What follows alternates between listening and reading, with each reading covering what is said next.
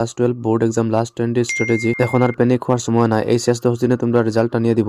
এই ভিডিওতে আমি এমন কয়টা সাইন্টিফিক এবং প্র্যাকটিক্যাল স্ট্র্যাটেজি হইম যেটা দিয়ে তোমরা এক্সামের মধ্যে ভালো স্কোর করিয়ে দিব। Hello my dear students, welcome back to my channel. Option number 1, নতুন চ্যাপ্টার নয়। তোমরা লাস্ট 10 দিনের মধ্যে কোনো ধরনের নতুন চ্যাপ্টার পড়া স্টার্ট করবে না। যেটা পড়ছো ওটা ধরে বারবার রিভিশন করবে এবং এটা ধরে লেখিয়া প্র্যাকটিস করা ট্রাই করবে। Option number 2, PYQ plus MCQ focus. PYQ কোশ্চেনটা বলা হলে তুমি অ্যানালাইজ করবে এবং লাস্ট 5 থেকে 10 বছরের প্রিভিয়াস এর কোশ্চেন ফুললি সলভ করবে। অপশন নম্বর 3, দুর্বল টপিক যেটা আছে ওটা আলাদা করবে। দেখবা তোমার কোন টপিকের মধ্যে উইকনেস আছে, যে টপিকের মধ্যে উইকনেস আছে ওগুলি আবার বারবার রিপিট করবে এবং তার ভিডিও লেকচার বা তার নোটস দিকে তুমি ওটা স্ট্রং করবে।